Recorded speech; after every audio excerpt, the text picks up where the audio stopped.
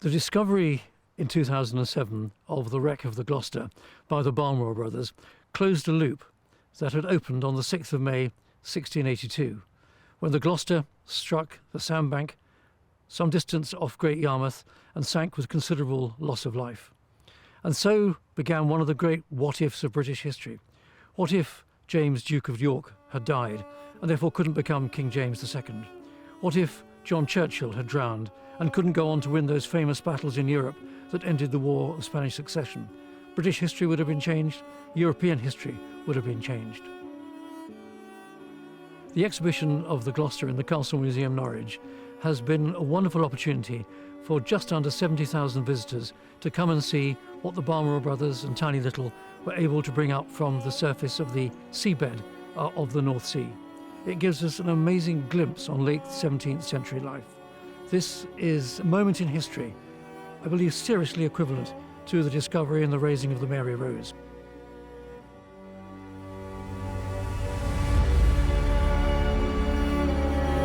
The first room is the 17th century voyage, and it's designed in the shape of a ship, with finds that were recovered on the first dive by Julian and Lincoln Barnwell in June 2007. It's hard to explain, but it was like going to another planet, knowing that no one's ever been there. The cannons around you just overwhelmed you, and they just feel really honoured. I was exploring the wreck site and I came to the galley area. There was bricks laid out on the seabed and pin tiles. All I really wanted to do was tell the guys up top we've found a really old historic shipwreck here.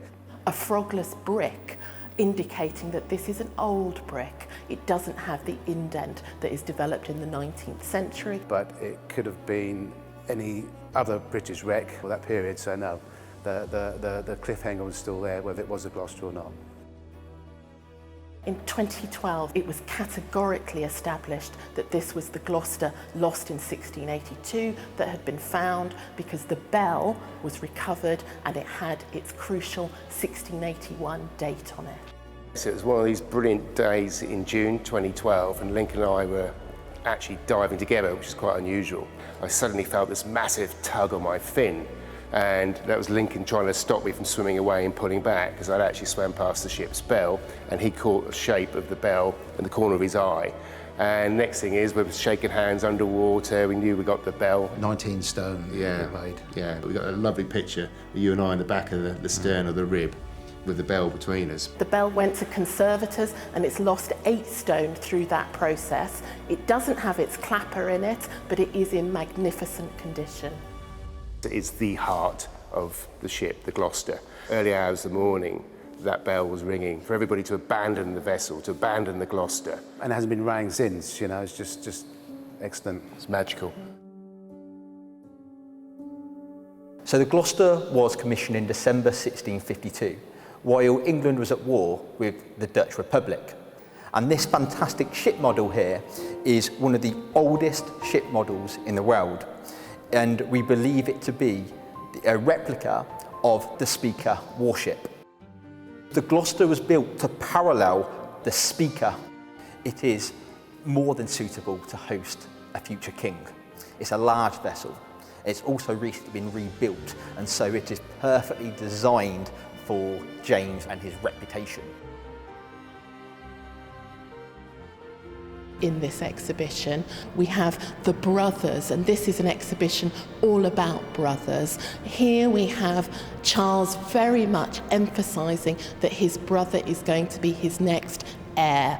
And in 1682, James was travelling to Scotland to collect his wife, Mary of Modena, who is pregnant at the time. James is travelling with lots of important individuals, both in Scottish and in English history, and a royal physician, Sir Charles Scarborough, there to make sure that Mary and her pregnancy are safe and secure for the return voyage. So in May 1682, James had reason to be celebrating. He defeated his enemies who had attempted to remove him from the line of succession. He had been accepted as the next in line to the throne. So in many respects, the atmosphere on the Gloucester in May 1682 was one of jovial celebrations. It was a fantastic atmosphere. They will have been toasting, they will have been drinking. Of the 532 artefacts recovered to date by the Barnwell brothers from the wreck site, 149 of them are wine bottles or parts of wine bottles. 49 of those bottles still have some contents and 29 have full contents. Another magnificent bottle has got what looks like stars and stripes. Now, we speculate that this may be associated with George Legge, whose mother was called Elizabeth Washington. No party was complete without great music on the ship. There were trumpeters, a kettle drummer called Walter Van Bright, who sadly drowned on the wreck, and a flageolet player. Thomas Greeting taught Samuel Pepys and his wife Elizabeth how to play the flageolet instruments, and he's actually recorded in Samuel Pepys' diary for doing so. Very sadly, Thomas Greeting was one of the individuals who drowned in the wreck, and we have this lovely pamphlet that shows us exactly what Thomas Greeting looked like. On the 6th of May in the morning, the Gloucester struck a sandbank and it was lost. There was much controversy over who was to blame for this. Was James to blame? Was it the ship's pilot, a man called James Ayres? Or was it the individual behind me, Captain Christopher Gunman? Now, Captain Christopher Gunman was sailing in a vessel ahead of the Gloucester in a yacht called the Mary Yacht. His responsibility was to take lead soundings to determine the depths of the waters in front of the Gloucester and to warn it if they were approaching particularly shallow depths. Now, of course, it didn't warn the Gloucester appropriately, it did strike those sandbanks. And for that reason, Gunman was blamed and he was found guilty in a court-martial of not adequately warning the Gloucester of what was to come. Fortunately for Captain Gunman, he was friends with James. And for that reason, within a week of being found guilty, he was given a royal pardon and was back at sea by the end of the month. This painting by Johann Dankertz, painted very soon after the wreck of the Gloucester, shows that the event is already being imaginatively recreated. We have got a sandy beach. There was no sandy beach on that morning. We know that there were 3 fathoms of water. There is a rowboat that is full to the brim here. James is often accused of having an empty rowboat.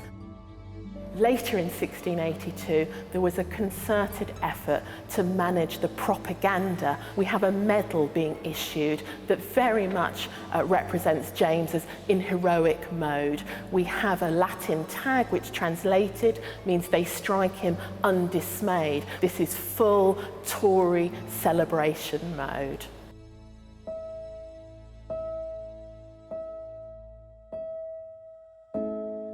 We believe between 130 and 250 people drowned on the wreck, the majority of whom would have been the ship's crew. And we have some of the names of those known to have died scattered on this wall to remember and reflect on them. When we were heading back into port in 2007, all of us felt a huge responsibility for not only the ship, but also to do justice to the stories for those who were on board, and sadly the souls that lost their lives. It is a statement of all the people who were on board. We got the Roxburgh connection, which is quite incredible. Sadly, he lost his life, the Earl, but his wife wants to go and find his body. And she ended up charting a vessel from Yarmouth to go back to the site on the off chance that she could recover his body and do a proper burial for him. But she never found him, and she never remarried.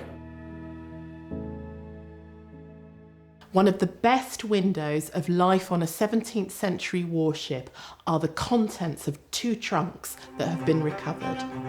I saw a pipe on the seabed, and that's often a clue that there's a could be a cluster of artifacts in an area. So keep hand fanning, leads on to another item. Very exciting. You got to just keep it calm. Just slowly start to excavate that kind of area.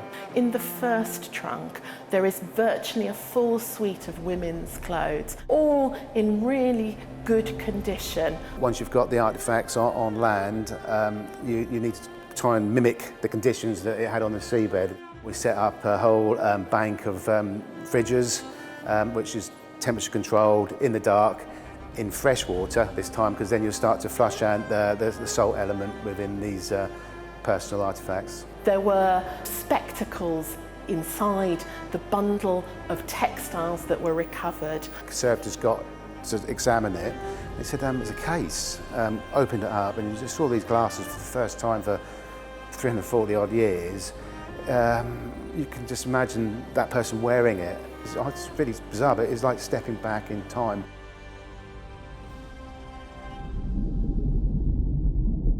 So this is a very special room. This is where everybody gets a chance to see the wreck site, the derelict wreck site as it was in August last year.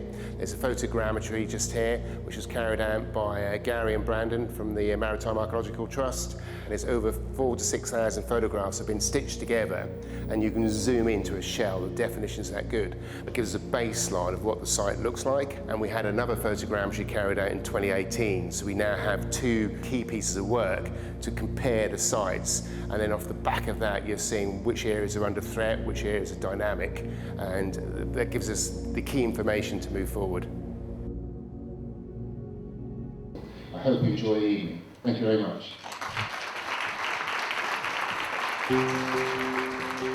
We've had a fantastic reception at the exhibition, and it's made a real statement in Norfolk and beyond, but what we need to do for the future is to get this on a national platform as quick as possible. We would hope to set up a centre for maritime history and heritage. We hope to attract PhD students to work with these amazing artefacts. It's been a huge privilege to work with the Barnwell brothers. With Dr. Ben Redding, I'm writing a cradle-to-grave history of the Gloucester from inception into the 21st century. To see how the public have accepted it and just been blown away by what we've discovered is extremely rewarding. And to share it with so many people after all these years, 15 years of us working together with Tiny to make this happen, and thanks to the Norfolk Museum Service and the University of East Anglia. The University of East Anglia has been privileged to be a core partner in this exhibition, with our historians Professor Claire Jowett and Dr. Benjamin Redding researching the history of the ship and its last fateful voyage.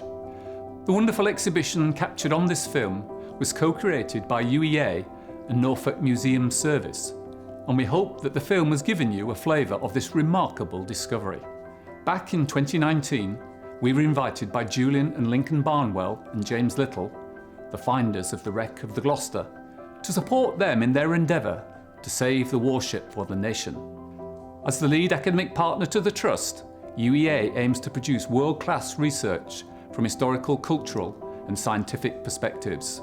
This will lead to a far deeper understanding of the ship and all the people associated with it, 17th century British society and maritime history more broadly. There is so much more waiting to be discovered and many more stories to be told.